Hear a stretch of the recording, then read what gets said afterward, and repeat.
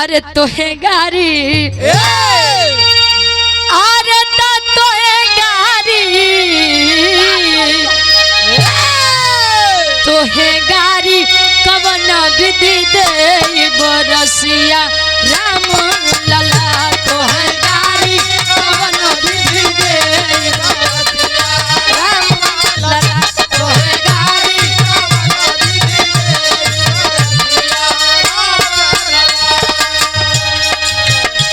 अरे राहुल के बहिनी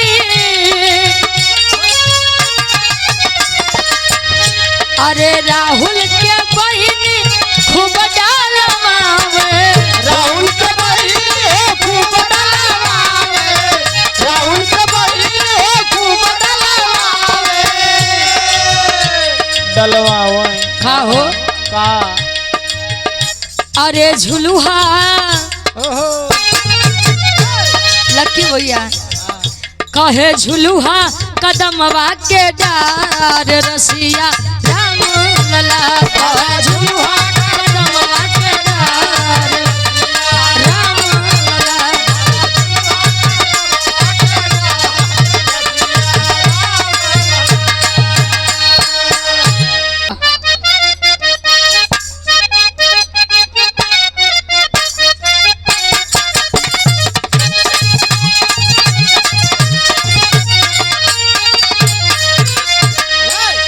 अरे सुई डोली गई कलाई पीछे घड़िया मेरे सुई डोल गई कलाई पीछे सुई डोल के कलाई पीछे गड़िया कहे सुई डोली के कलाई पीछे घड़िया में हिम्मत यादव और ये बड़े भाई हमारे हिम्मत यादव जी पड़िला फाफा मऊ प्रयागराज से अरे वाह ये मार बड़का भैया आपके द्वारा 200 रुपए का सम्मान इनकर नाम है बा हिम्मत यादव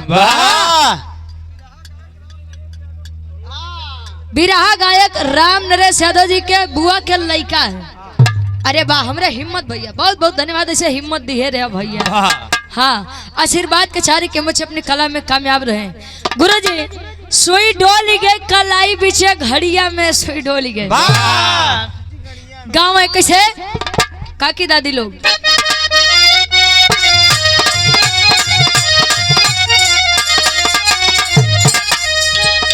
अखिलेश भैया अखिलेश भैया देखा बुरा मत माने ये हम नहीं पैसा गरीबा बता कहो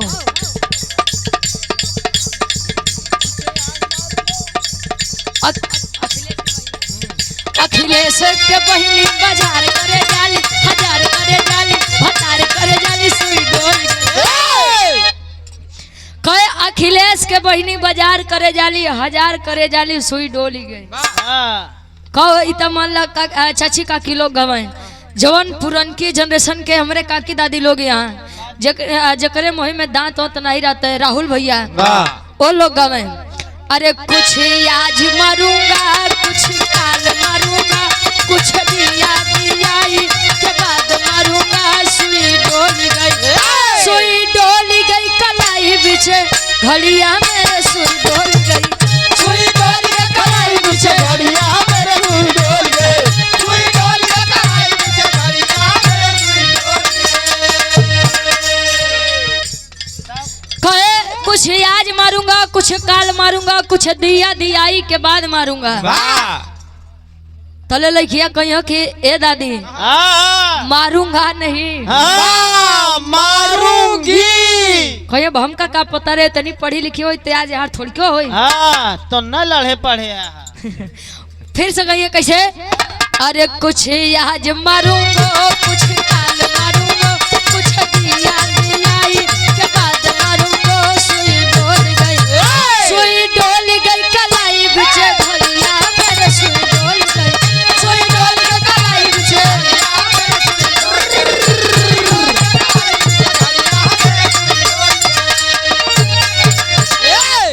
ये तो अखिलेश भैया के रहे अखिलेश अच्छा अबे मोनू भैया के बाकी बा अरे हमा नहीं हो अब उ पलटवा दे ना अब वो लोग यहाँ पलटवावे तब बदली अच्छा बाबा आवत है और आप सम्मानित हमारे गार्जियन जी राहुल के मम्मी गाइड समझी नहीं आई तनी के हाँ हाँ समझी नहीं कि सबके गाय दियो राहुल के मम्मी के समझी नहीं हनुमान बाबू के देखा जने अगले जन्म में गधा हो 51 रुपया बहुत बहुत धन्यवाद आशीर्वाद के चारी के मुझे अपनी कला में कामयाब रहे फिर से बदला आवा आवा देखा देखा अरे नाई हो अब उस वक्त मन वाली हो अरे देखा देखा देखा देखा देवलिया पे का लिखल बा देखा देखा देखा देखा देवलिया पे का लिखल बा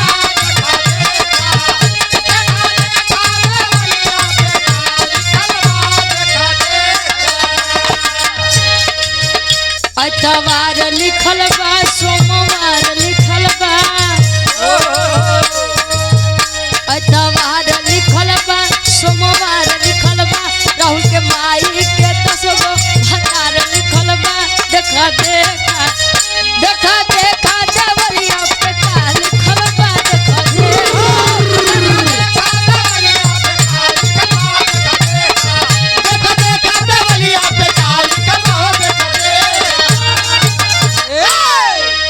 एतवार लिखल बा सोमवार लिखल बा राहुल के माई के 10 गो भतार लिखल बा देखा देखा देवलिया पे का लिखल बा और हमरे उत्कर्ष के माई के 9 गो भतार राजू भैया एक लाइन एनो वाली हो जाओ फिर बाद फिर बाहर से आप लोग भी रहा सुना कब बाबू हाँ अब रुका का थे हो अच्छा बिरहा गई तो यार गाड़ी फरमाइश बा बाहर बिरहा के फरमाइश बा 10 जने हा तो 10 आदमी के मन के होई का हो बकैती ना था अब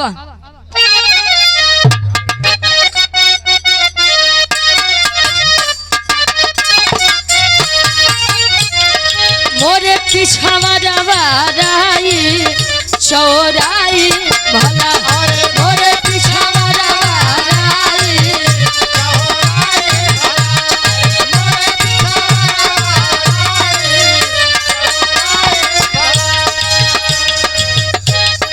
उराई खोट गई राजू के बहिनी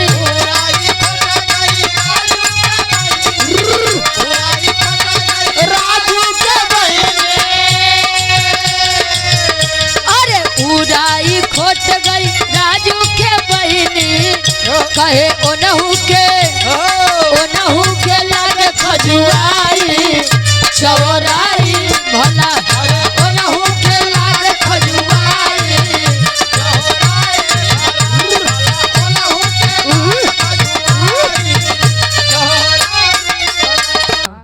का करबो हाँ कहो जे बिना आदमी का देखे जाने सजा सुनाई दे वाह जे आदमी बिना देखे जाने जाना सब रहे लेकिन करत सब अपने मन के रहे वाह जानत रहन कि प्रभु श्री रामचंद्र जी रहे जानत रहन माई सीता जी रहे बाहर जमाना एक बात तो बा रामायण एक बात तो बताता है सिखाता है वाह लक्की भैया कि समाज यापन न हो भाई आई समाज बाहरे भागत है जेकर शोहरत जेकरे लगे ठीक ठाक पैसा बा वाह नहीं तो ढेर गरीब ईमानदारी से जकरे पीछे लगबा तू ही राम जी जैसा सीता जी जैसा रोबोई करबा जिंदगी में वाह क्या बा गुरुजी 4 लाइन कवि जी भूमिका के अंदर भाव लिखत है वही के बात हाल हाँ खा चूरन आवा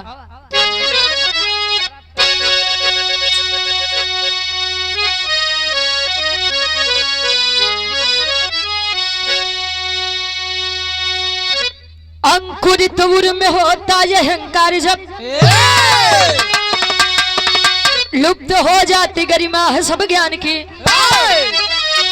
अधर्म की राह अग्रसर होता है मानो चाह हो जाती मिथ्या सब सम्मान की असत्य पे सत्य की जीत होती सदा अरे लाख कर ले भले अत्याचारी यतन फूट आता है घड़ा पाप का एक दिन, रोक सकता नहीं वह कुल का पतन।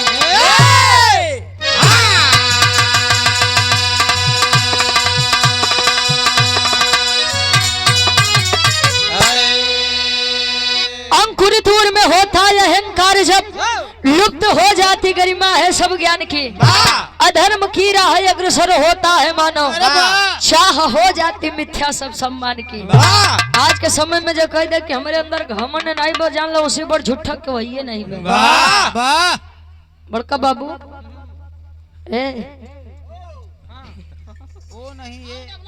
आजकल जो कह दे कि भैया हमारे अंदर घमंड अहंकार नाम के कोनो चीज नहीं बा, जान लो उसी पर झूठा के वही नहीं बा।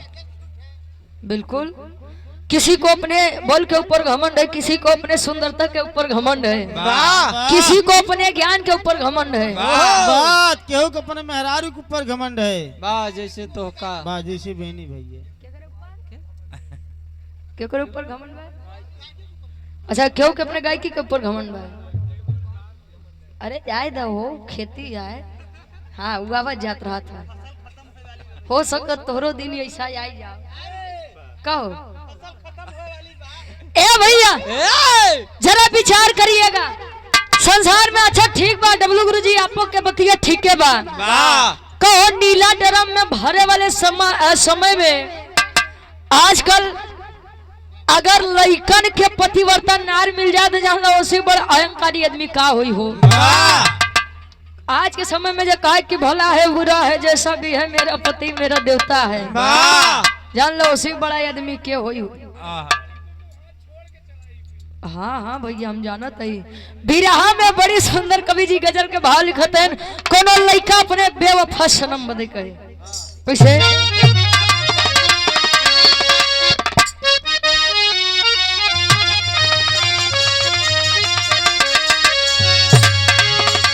मेरे खून दिल की मेहंदी,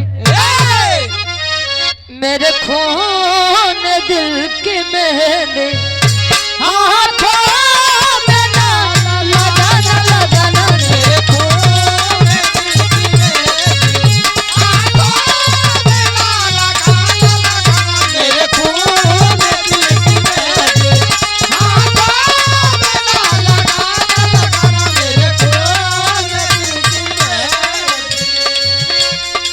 अरे मेरे खून दिल की मेहंदी हाथों में ना लगाना, जब निकले मेरा जनाजा, जब निकले मेरा जनाजा, शहनाइयाँ बजाना बजाना, जब निकले मेरा जनाजा, शहनाइयाँ बजाना बजाना, जब निकले मेरा जनाजा, शहनाइयाँ बजाना बजाना, जब निकले मेरा जनाजा। कहे जब निकले मेरा जनाजा शहनाइयाँ बजाना। ये जीवन यदि मिला है, लोग कहते हैं कि बड़े भाग मानुष तन पावा है। 84 लाख योनियों में भटकने के बाद एक मानव तन मिलता है, और जब जीवन मिला है तो इसे मस्ती के साथ व्यतीत करिए। का जरूरी बा डब्लू गुरुजी? संजय चौरसिया जी हमारे पूज्य गार्जियन जी, मुंबई के सेठ जी और 50 गाड़ी के मलिकार साहब, हमारे गार्जियन जी के द्वारा इस भाव का सम्मान 101 रुपए देकर किया गया। बहुत बहुत धन्यवाद। आशीर्वाद के सारे कि हम बच्चे अपनी कला में कामयाब रहे। कहे जीवन यदि मिला है तो जीवन में दुख आएगा सुख आएगा। अगर कहा जाता है रात्रि हुई है तो सुबह भी होगा, वैसे अगर जिंदगी में दुख आया है तो सुख आएगा, जरूर आएगा। कवि जी लिखते हैं कैसे,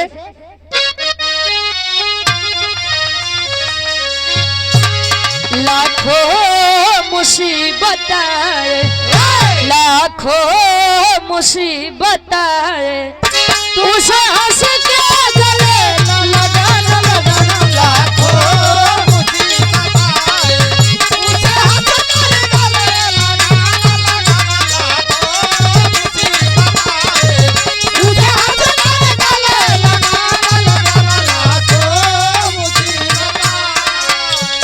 अरे लाखों मुसीबत आए उसे हंस के गले लगाना, करीमों से हो न विचलित, करीमों से हो न विचलित, तुम अपना फर्ज निभाना निभाना, तुम अपना फर्ज निभाना निभाना।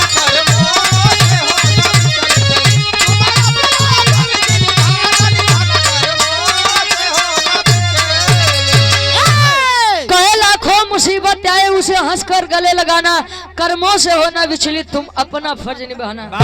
कहा जाता है जिंदगी में दुख आना ये पार्ट ऑफ लाइफ है, ये जिंदगी का एक हिस्सा होता है, और इसी दुख के साथ जीवन को हंस करके जीना ये आर्ट ऑफ लाइफ है, यानी जीवन की कला है। जरूरी नहीं है कि जो हमेशा हंसे दूसरों को हंसाए वो सदैव खुश ही रहे। उसके आत्मा से पूछो क्या हाल है उसका। हाल क्या है? हाँ कहानी के शुरुआत बा कैसे?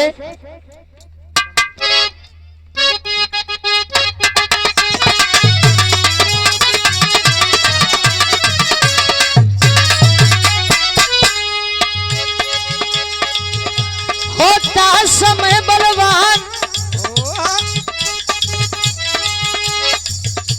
होता समय बलवान वेद शास्त्र बताते, होता समय बलवान वेद शास्त्र बताते, होती उन्हीं की जीत जो पग आगे बढ़ाते।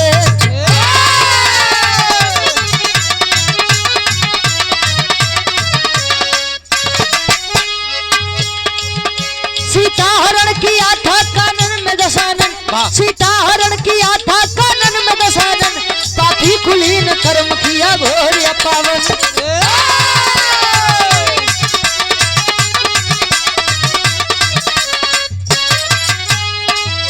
कपिदल के साथ सागर तट पे आए खरारी, कपिदल के साथ सागर तट पे आए खरारी, कपिदल के साथ सागर तट पे आए खरारी, कपिदल के साथ सागर तट पे आए खरारी, शिवलिंग स्थापना की राम तैयारी,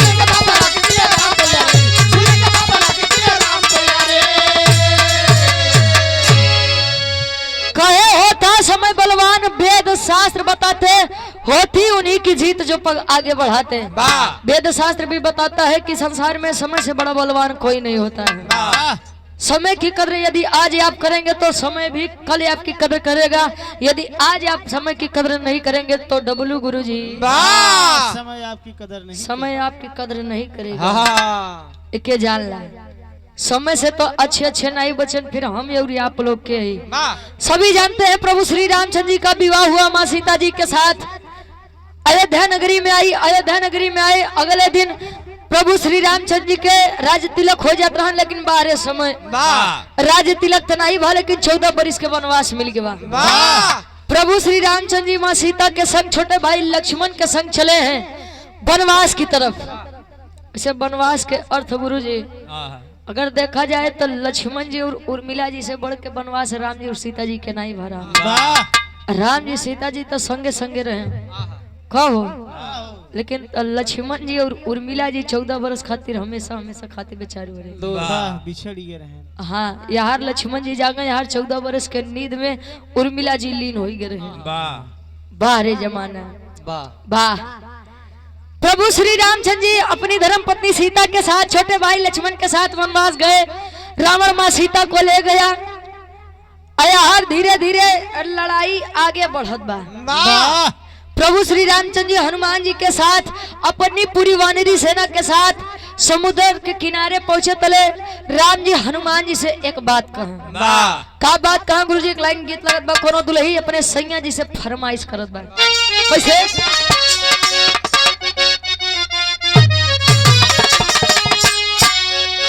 अरे बाली और झुमका भुलाई जा, बाली और झुमका भुलाई जा, नथुनी पगोली चले जब बनवाई बा। बाली और झुमका नथुनी पगोली चले जब बनवाई बा। बाली और झुमका भुलाई जा, नथुनी पगोली चले जब बनवाई। प्रभु श्री रामचंद्र जी हनुमान जी को आवाज दिए, बेटा हनुमान कहे बोलिए स्वामी, कहे मेरी एक बात सुनिए। वाह का कहे?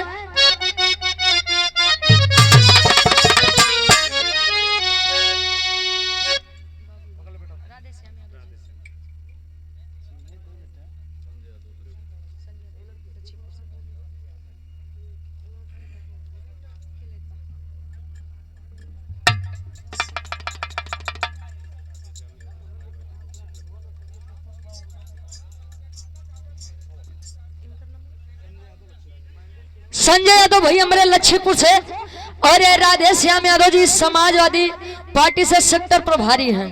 हमारे पूज्य बाबूजी के द्वारा ये सुंदर माला 100 रुपए का सम्मान, और हमारे संजय भाई के द्वारा सुंदर माला और 100 रुपए का सम्मान। बहुत बहुत धन्यवाद, आशीर्वाद के चाह रही। ठीक ठीक कहे प्रभु श्री रामचंद्र जी हनुमान जी से कहे, का कहे? मानवा के मनसा पुराईदा, मानवा के मनसा पुराईदा, ज्ञानी पंडित कापी कोई ढूंढ के लिया आईदा। मानवा के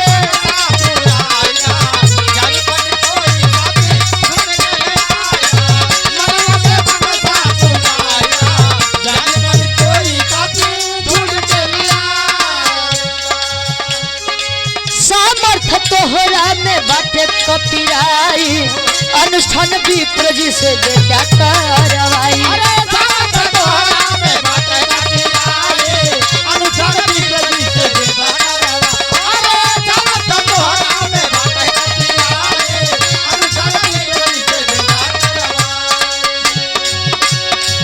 मानवा के मनसा पुराईदा, बेटा हनुमान, मानवा के मनसा पुराईदा, ज्ञानी पंडित कापी कोई ढूंढ के लिया आईदा। मानवा के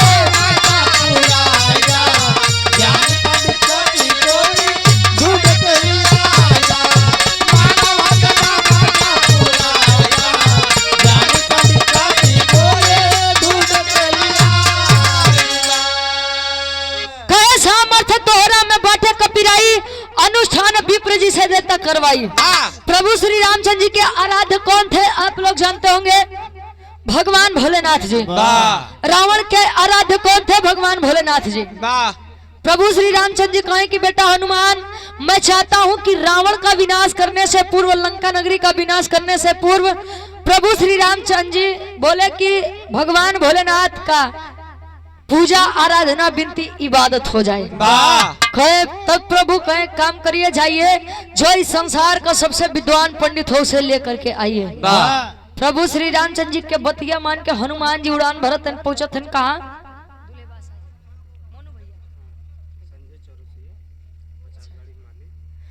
और आप सम्मानित हमारे गार्जियन जी, आप संजय चौरसिया जी, मुंबई के सेठ जी, और 50 गाड़ी के मलिकार साहब। बलम के बांगुड़ बबल बलम के बालम मांगुर यस बोलना। ये हमार बड़का भैया मोनू भैया आज के हमारे दुल्हे बादशाह जी। सुंदर माला 100 रुपया, बहुत बहुत धन्यवाद। लेकिन फरमाइश भैया बिरहा के बादे गाऊ। हाँ नहीं तो अबे हमरे राधे श्याम बाबू का है ना कि नौटंकी के मंचन ना हो। फरमाइश बस समाजवादी गीत का और आपका भी फरमाइश, लेकिन बिरहा के बाद हुई। हाँ नहीं तो आप लोग गवाई के आप लोग बदनामो करत है, खुद हुन तक ज्यादा गावत है। प्रभु श्री रामचंद्र जी के बतिया मान के हनुमान जी उड़ान भर के पहुंचत हैं कहा? एक लाइन गीत लगत बा। और यह गीत जब सोशल मीडिया के इतना दौर नहीं रहा ना पप्पू भैया, जौरे समय में सोशल मीडिया इतना नहीं रहा, वह समय में गीत बड़ा तहलका मचाई रही। कौन गीत रहे?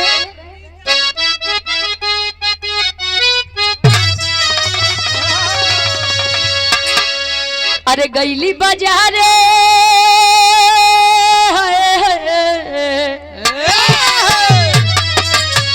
गईली बाजारे गरिया गाड़े, गईली बाजारे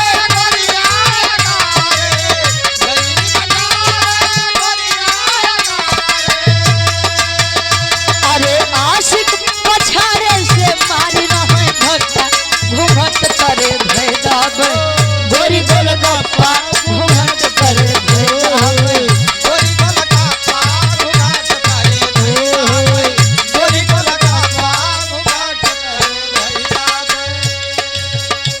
हनुमान जी पूछे कहा रघुबर जो हारे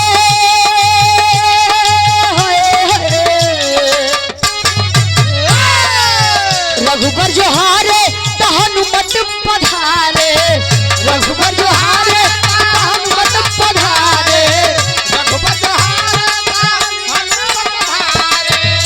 अरे आस भरी अखिया से देखे रघुरैया पवन गति से चल भइले बलि कपिरैया पवन गति से चल भइले बलि कपिरैया पवन गति से चले हमरे हनुमान बाबू।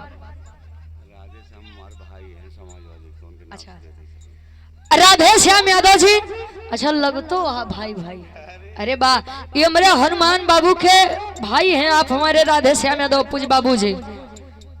अच्छा आप उनके छोटे भाई हैं अच्छा आप बड़े हैं वो छोटे हैं पाक तो बहरहाल दोनों जने के बार लबार होते हमारे गार्जियन जी राधे श्याम यादव जी समाजवादी पार्टी सेक्टर प्रभारी और हनुमान यादव जी के छोटे भाई हैं।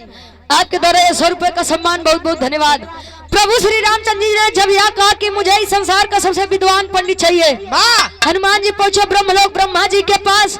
ब्रह्मा जी जब नयन खोला तेन ब्रह्मा जी पूछे कस हनुमान बेटा हनुमान कैसे खोए प्रभु अब का बताइए।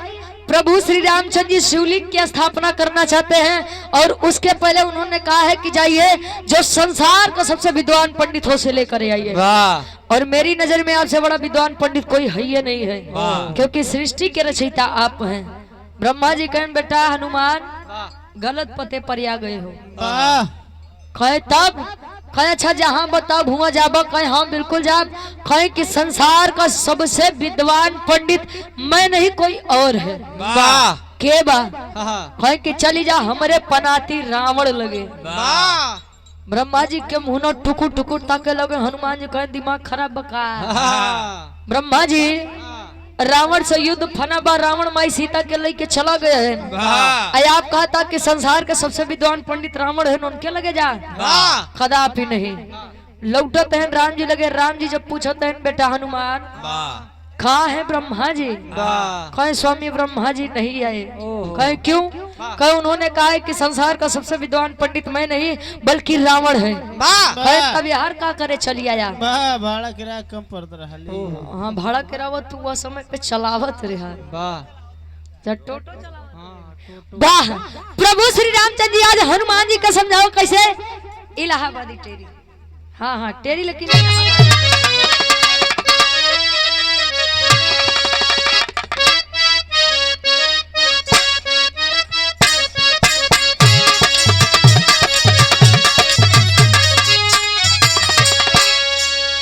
अरे बोले बोले बजरंगी तब बजरंगी से बोले बोले बोले खरारी तब बजरंगी से बोले बोले बोले खरारी तब बजरंगी से बोले लंकापति दशानन के ना लंकापति दशानन के ना लंकापति दशानन लंकापति दशानन के अलावा बलकारी खरारी तब बजरंगी से बोले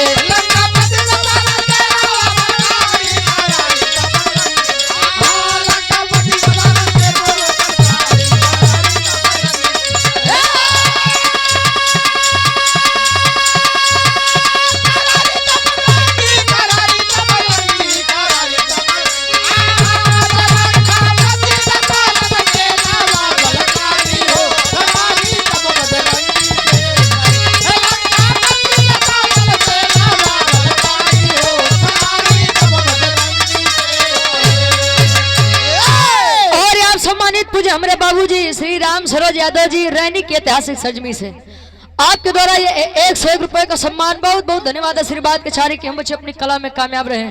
कहे खरारी तब बजरंगी से बोले लंका पति दशानन के अलावा बलकारी खरारी तब बजरंगी से कहे।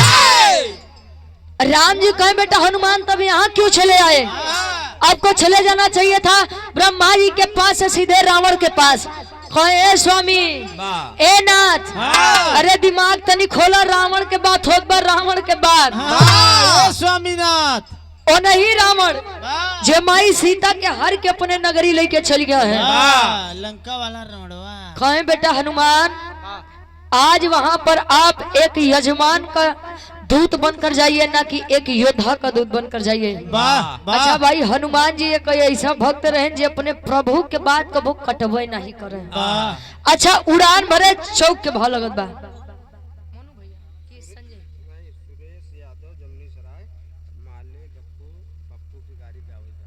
सुरेश यादव भैया हमरे जमुनी सराय से, ये मेरे गार्जियन जी सुंदर मला 100 रुपया बहुत बहुत धन्यवाद। जग गरियावे को लिख के पर्चा दे दा गाय देते, बहुत बहुत धन्यवाद। हाँ लिख के दे भैया, बिरहा के बाद कुल हो जाए। हाँ ठीक ठीक, गरियाइन के बैठा का भैया ना ना, अब बिरहा हो जाए तब क्यों के गाड़ी हो भैया, बिरहा होए के बाद गरिया खाए सके भैया। देखा हर आदमी के अलग, आपो के मन रखे, अगलो आदमी बिरहा के फरमाइश करे तो बिरहा हो जाओ। राधे श्याम बाबू बैठा है और संजय भैया बैठा है।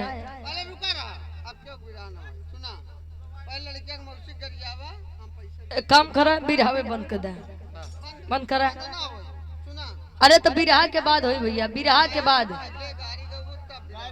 गाड़ी ना हो भैया, बिरहा के बाद गाड़ी होई ना ही होई भैया। हाँ बिल्कुल ना होई, ना ना भैया, बिरहा के बाद अब कुछ होई नहीं तो कुछ ना होई।